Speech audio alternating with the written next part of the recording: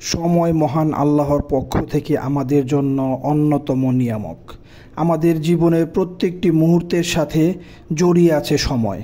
সকল সৃষ্ট বস্তুর নির্দিষ্ট সময় বা আয়ু আছে।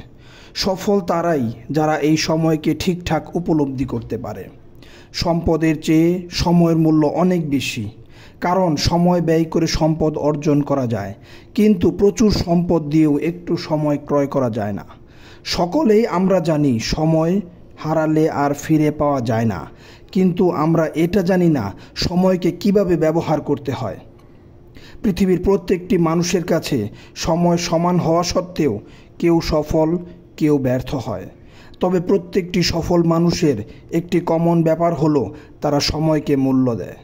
যারা সময় নষ্ট করে, সময় একদিন তাদের নষ্ট করে দেয়। আর এই জন্যই সময় নষ্ট করবেন না, সময়ের মূল্যটা বুঝতে শিখুন।